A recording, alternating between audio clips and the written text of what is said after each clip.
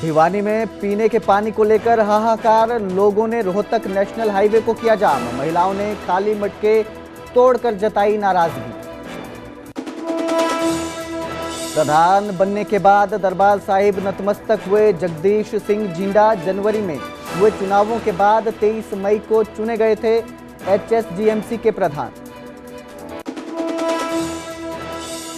हरियाणा की 2 शख्सियतों को पद्मश्री सम्मान। राष्ट्रपति ने साहित्यकार डॉक्टर संतराम देशवाल और पैरा तीरंदाज हरविंदर सिंह जी को पद्मश्री 2025 से किया सम्मानित। सीएम नायब सैनी ने दी बधाई।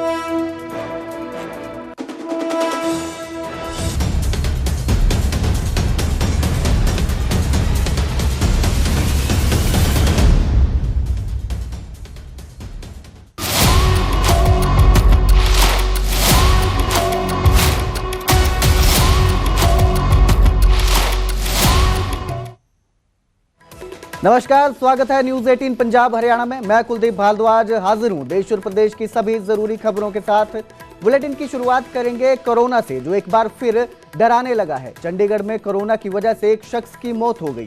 सेक्टर 32 के अस्पताल में आज सुबह ही एक शख्स की जो है वो मौत हुई है। ये शख्स लुधियाना का रहने वाला था। शख्स जो है 3 दिन पहले इसे चंडीगढ़ के एक अस्पताल में भर्ती किया गया था। यूपी के फिरोजाबाद का रहने वाला जो है मरीज बताया जा रहा है, जो लुधियाना में काम करता था और उसके बाद तबीयत बिगड़ने पर इसे 3 दिन पहले चंडीगढ़ जो है वो शिफ्ट किया गया था, चंडीगढ़ रेफर किया गया था, जहां पर सेक्टर 32 के अस्पताल में इसकी मौत हो गई। अस्पताल में अब जो है आइसोलेशन जो है वार्ड में रखा गया था, लेकिन शख्स की जो है कोरोना के चलते मौत हो गई। 3 दिन पहले ही चंडीगढ़ के अस्पताल रेफर किया गया था। यूपी के फिरोजाबाद का रहने वाला था, लुधियाना में काम करता था, जिसकी कोरोना की वजह से मौत हो गई।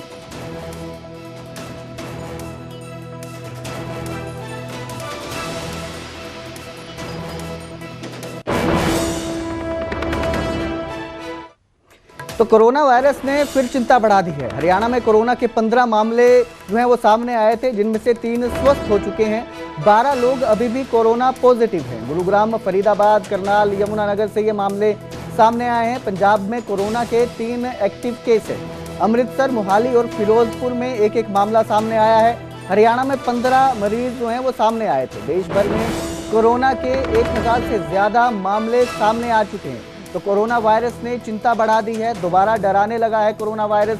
हरियाणा में 15 मरीज सामने आए थे, जिनमें से 3 जो हैं वो ठीक हो चुके हैं, लेकिन 12 की जो स्थिति है वो अभी वैसी ही है। 12 जो हैं 12 का इलाज चल रहा है। तो देश भर में कोरोना के 1000 से ज़्यादा जो मामले हैं वो अब तक सामने आ चुके हैं। तो कोरोना एक बार फिर डराने लगा है, एक बार फिर कोरोना का कहर दिखने लगा है।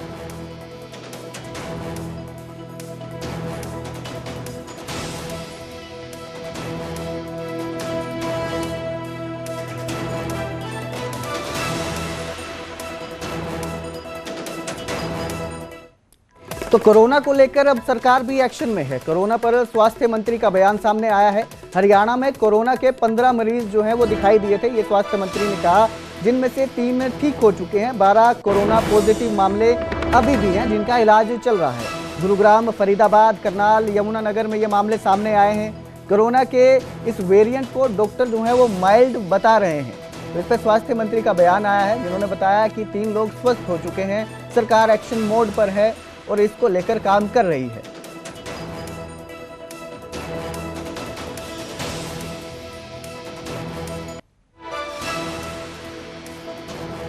तो जो है कोरोना एक बार फिर एक्टिव है, डरा रहा है लोगों को। इसको लेकर जो है गाइडलाइंस जारी की गई हैं। हरियाणा में भी जो सरकार है वो एक्शन मोड पर है। सरकार ने कहा कि जो मामले सामने आए थे, 15 मामले सामने आए थे, उनमें से 3 लोग जो हैं वो स्वस्थ हो चुके हैं, जबकि 12 का इलाज चल रहा है। गुरुग्राम, फरीदाबाद, करनाल, यमुनानगर से ये मामले सामने आए थे। कोरोना फिर एक्टिव हो चुका है। हरियाणा में 15 मामले सामने आए, पंजाब में 3 मामले सामने आ चुके हैं। पूरे देश में अब तक 1000 से ज़्यादा मामले जो हैं वो सामने आ चुके हैं, जिनमें केरल, महाराष्ट्र, कर्नाटका, तमिलनाडु, राजस्थान जो राज्य हैं वो शामिल है। कुल मामले 1072 हो चुके हैं, जबकि कुल मौतें 11 हो चुकी हैं। तो कोरोना ने जो है एक बार फिर चिंता बढ़ा दी है। हालांकि डॉक्टर्स का कहना है कि ये जो वेरिएंट है कोरोना का, ये माइल्ड है, लेकिन फिर भी चिंताजनक है। एक बार फिर से 1000 से ज्यादा मामले पूरे देश में सामने आ चुके हैं, जिसने लोगों को परेशानी में डाल दिया है, चिंता बढ़ा दी है।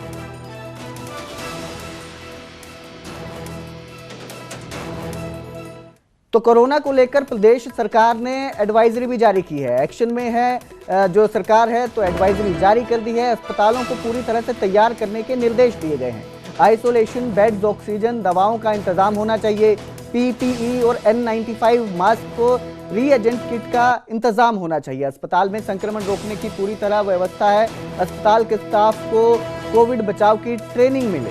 सोशल डिस्टेंसिंग, मास्क लगाने को लेकर जागरूकता जो है वो फैलाई जाए। होम आइसोलेशन के दौरान संवेदनशील लोगों का ख्याल रखा जाए।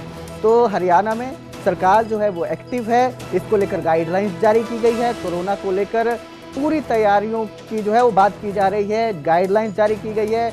लोगों से मास्क लगाने की अपील की जा रही है। बचाव, डॉक्टर जो हैं उनको बचाव की ट्रेनिंग होनी चाहिए। सोशल डिस्टेंसिंग, मास्क लगाने को लेकर जागरूकता फैलाई जानी चाहिए। होम आइसोलेशन के दौरान जो है संवेदनशील लोगों का ख्याल रखा जाना चाहिए। तो प्रदेश में सरकार एक्टिव है, कोरोना को लेकर गाइडलाइंस जारी की गई है।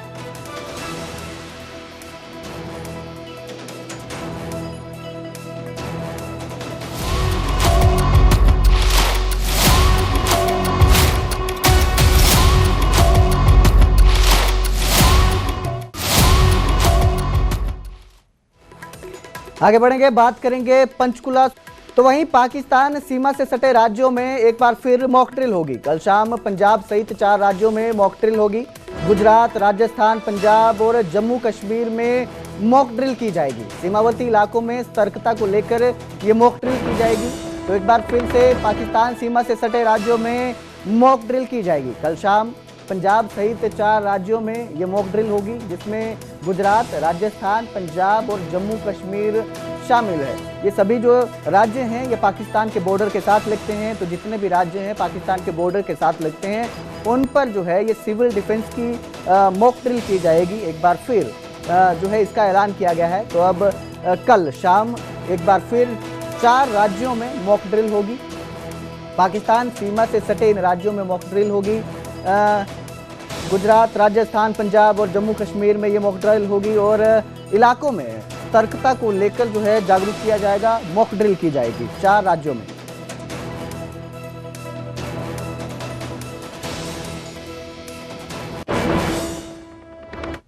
उधर केंद्रीय कैबिनेट की मीटिंग में कई अहम फैसले लिए गए। केंद्रीय कैबिनेट में किसानों को लेकर 3 फैसले हुए हैं। खरीफ की फसल पर एमएसपी तय किया गया है। अश्विनी वैष्णव जो है उनका ये बयान सामने आया है। लागत से 50% अधिक एमएसपी को मंजूरी मिली है। दलहन, तिलहन और कपास पर एमएसपी जो है वो तय किया गया है। किसानों को ऋण पर ब्याज में छूट को भी मंजूरी दी गई है। तो अश्विनी वैष्णव का ये बयान सामने आया है। केंद्रीय कैबिनेट की मीटिंग में किसानों को लेकर ये फैसले लिए गए हैं। कुल 7 करोड़ 71 लाख किसानों को इन फैसलों से जो है वो लाभ मिलेगा। तो केंद्रीय कैबिनेट के अहम फैसलों में 3 बड़े फैसले किसानों से जुड़े लिए गए हैं, जिसमें किसानों को लेकर ये 3 फैसले हैं। खरीफ की फसल पर एमएसपी तय किया गया है। लागत से 50% अधिक एमएसपी को मंजूरी दी गई है। दलहन, तिलहन और कपास पर एमएसपी तय किया गया है। ये इंडिविजुअल क्रॉप्स की एमएसपी है। 3 भाग में है। पहला भाग है सीरियल्स यानी फूड ग्रेन्स, उसमें पैडी, ज्वार, बाजरा, रागी और मेज, इन सब की एमएसपी आपके सामने है। आप सब जगह देखेंगे जो कॉस्ट है, कॉस्ट ऑफ प्रोडक्शन है और उसके बेसिस पे एमएसपी, कॉस्ट के ऊपर एमएसपी कितना है वो लास्ट कॉलम बहुत इंपॉर्टेंट है। कम से कम 50%, कुछ केसेस में 63%, कहीं पे 59% over and above the cost. तो वही पानीपत में आरटीआई से चौंकाने वाला खुलासा हुआ। सीएम के ओएसडी को लेकर आरटीआई ने बड़ा खुलासा किया है।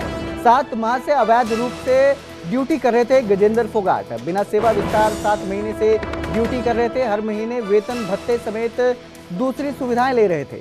आरटीआई एक्टिविस्ट पीपी कपूर का बड़ा दावा है। कपूर ने ओएसडी को बर्खास्त करने की मांग की है।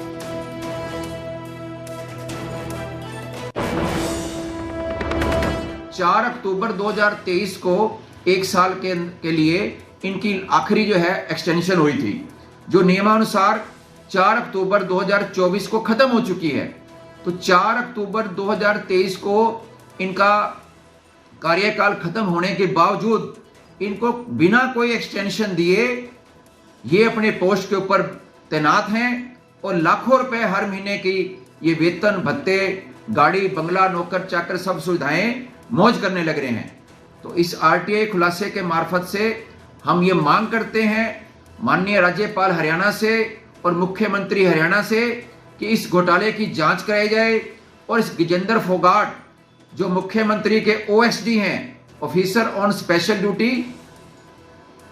पब्लिसिटी डिपार्टमेंट, इनको तत्काल अपने पद से इससे बर्खास्त किया जाए और पिछले 7 महीने के दौरान जो इन्होंने वेतन भत्ते लाखों रुपए के लिए हैं गैर कानूनी ढंग से, वो इनसे तत्काल ब्याज समेत वसूल किए जाएं। आगे बढ़ेंगे, बात करेंगे भिवानी की, जहां पीने के पानी को लेकर हाहाकार मच गया है। लोगों ने रोहतक नेशनल हाईवे को जाम कर दिया। बैंक कॉलोनी की महिलाओं ने यह जाम लगाया था। नए बस स्टैंड के पास उन्होंने रोड को जाम किया। पेयजल की कमी से गुस्साई महिलाओं ने जाम लगाकर सड़क पर खाली मटके फोड़कर विरोध जताया। रोड जाम होने से वाहनों की लंबी कतार लग गई। तस्वीरों में आप देख सकते हैं कि महिलाओं ने यहाँ मटका फोड़कर प्रदर्शन किया। हालांकि शनिवार तक समाधान के आश्वासन पर 1 घंटे बाद जाम खोल दिया गया।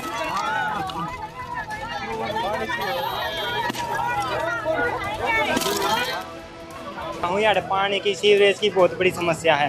कुछ कोई समाधान होता 2-3 साल हो लिए ना, तो गली बनकर दे रही, सीवरेज घर में बड़न न हो जाए भाई। पानी कती एप्लीकेशन लगा दिया, सब कुछ दे दिया, नहीं हो रहा कि मैं समाधान 2-3 महीने हो लिए पानी आए, बोतला तो काम चलाने लग रहे। हाँ, आखिरी में एप्लीकेशन दे तो रजा लिए, एमसी तो रजा लिए, डिग्गी मजा लिए, कोई सब पानी की समाधान नहीं हो रहा। आखिरी में आगे जाम करना पड़ेगा, सोल्यूशन होया है। यार पानी की, सीवरेज की बहुत बड़ी समस्या है। कुछ कोई समाधान होता 2-3 साल हो लिए ना, तो गली बनकर दे रही, सीवरेज घर में बड़न न हो जाए भाई। पानी कती एप्लीकेशन लगा दिया, सब कुछ दे दिया, नहीं हो रहा कि मैं समाधान 2-3 महीने हो लिए पानी आए, बोतला तो काम चलाने लग रहे। हाँ, आखिरी में एप्लीकेशन दे तो रजा लिए, एमसी तो रजा लिए, डिग्गी मजा लिए, कोई सब पानी की समाधान नहीं हो रहा। आखिरी में आगे जाम करना पड़ेगा, सोल्यूशन होया है। आगे बढ़ेंगे, बात करेंगे नूह में नाबालिग से सामूहिक दुष्कर्म मामले की, जिसमें कोर्ट ने दोषी को 20 साल की सजा सुनाई है। कोर्ट ने आरोपी पर 70,000 का जुर्माना लगाया। पॉक्सो एक्ट के तहत जो है आरोपी नसीम, उसे दोषी पाया गया। अपहरण कर नाबालिग से सामूहिक दुष्कर्म किया था। मई 2022 में वारदात को अंजाम दिया था। 4 दरिंदों ने नाबालिग से दुष्कर्म किया था, सामूहिक दुष्कर्म किया था। सामूहिक दुष्कर्म की वारदात उस वक्त हुई जब लड़की अपने खेत में चारा लेने के लिए निकली थी। इस दौरान मोटरसाइकिल पर सवार होकर 2 युवक आए, जिन्होंने लड़की को जबरन उठा लिया और तावड़ू रेलवे लाइन के रास्ते लेकर गए।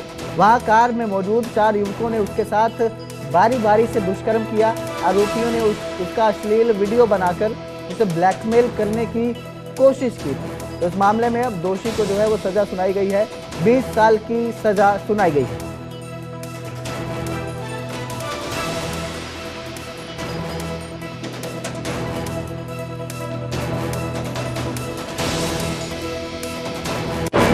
अवैध खनन के मामले में जांच कमेटी आज भी यमुना जाएगी। सोमवार को भी 3 सदस्यीय कमेटी ने मौके पर जाकर जांच की थी।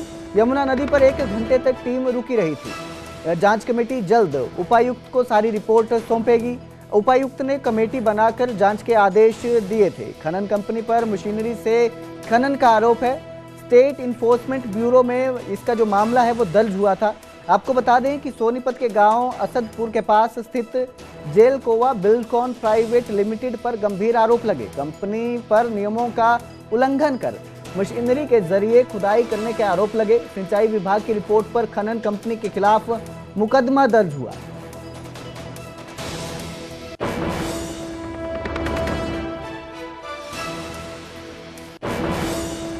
चौबीस तारीख को हमारे पास एक शिकायत आई थी और इरिगेशन डिपार्टमेंट में एसडीओ की तरफ से आई थी, जिस पे हमने जो है ना अभियोग दर्ज कर लिया है और जो है ना इन्वेस्टिगेशन जारी है।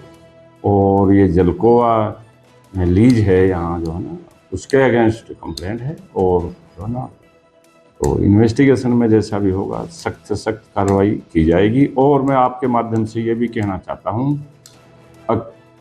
अवैध रेती, अवैध मिट्टी किसी भी हालत में बर्दाश्त नहीं की जाएगी। एसडीओ साहब ने एलिगेशन लगाए हैं कि भाई जमुना की धार को मोड़ दिया और जो है ना माइनिंग चोरी कर रही थी, तो उसी पे हमने कार्रवाई करके एफआईआर दर्ज कर दी है और इन्वेस्टिगेशन जारी है। अब इस खबर के मायने समझिए। नेशनल ग्रीन ट्रिब्यूनल यानी राष्ट्रीय हरित प्राधिकरण एनजीटी ने नदी के अंदर मशीन से खनन करने पर रोक लगा रखी है, यानी मशीनों का उपयोग कर नदी में खनन का काम नहीं हो सकता है। इसके बावजूद यमुना जैसी संवेदनशील नदी क्षेत्र में अवैध खनन हो रहा है। इस तरह का अवैध खनन पर्यावरण के लिए गंभीर रूप से खतरा है।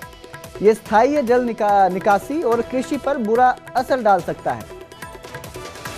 एनजीटी के साफ निर्देशों के बावजूद यमुना नदी में अवैध रूप से खुदाई का काम हो रहा है। हालांकि कंपनी के अधिकारी सिंचाई विभाग पर कंपनी को परेशान करने का आरोप लगा रहे हैं और अवैध खनन की बात को खारिज कर रहे हैं, लेकिन सिंचाई विभाग की रिपोर्ट कंपनी के दावों को सिरे से खारिज कर रही है। रिपोर्ट के मुताबिक कंपनी को मशीन से यमुना के अंदर रेत का खनन करते पाया गया। रेत के बड़े टीलों के कारण नदी की धारा प्रभावित हुई। कंपनी ने नदी में कई अवैध रास्ते बनाए। रिपोर्ट के आधार पर वाटर सर्विसेज ने कंपनी को निर्देश दिया। कंपनी को पत्र लिखकर खनन बंद करने का निर्देश दिया। डीसी ने 3 अधिकारियों की कमेटी बनाकर जांच के आदेश दिए।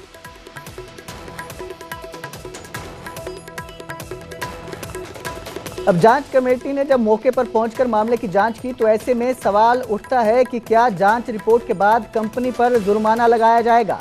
क्या कंपनी का लाइसेंस रद्द होगा? दूसरी कार्रवाई होगी? क्या कार्रवाई के बाद यमुना में अवैध खनन रुक जाएगा?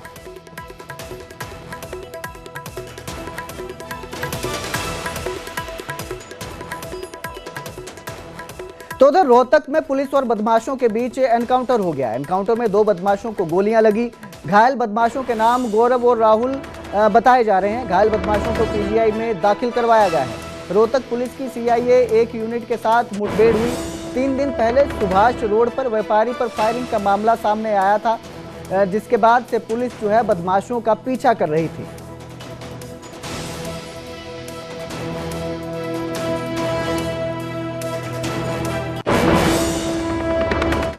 तो वहीं हरियाणा की 2 शख्सियतों को पद्मश्री सम्मान मिला है। संतराम देशवाल को पद्मश्री सम्मान से सम्मानित किया गया है। हरियाणा के संतराम देशवाल को पद्मश्री सम्मान जो है वो दिया गया है। राष्ट्रपति द्रौपदी मुर्मू ने उन्हें सम्मानित किया है। राष्ट्रपति भवन में आयोजित कार्यक्रम में सम्मानित किया गया है। साहित्य और शिक्षा क्षेत्र में योगदान को सम्मान उपराष्ट्रपति, प्रधानमंत्री और केंद्रीय मंत्रियों की मौजूदगी में सम्मान। साहित्य एवं शिक्षा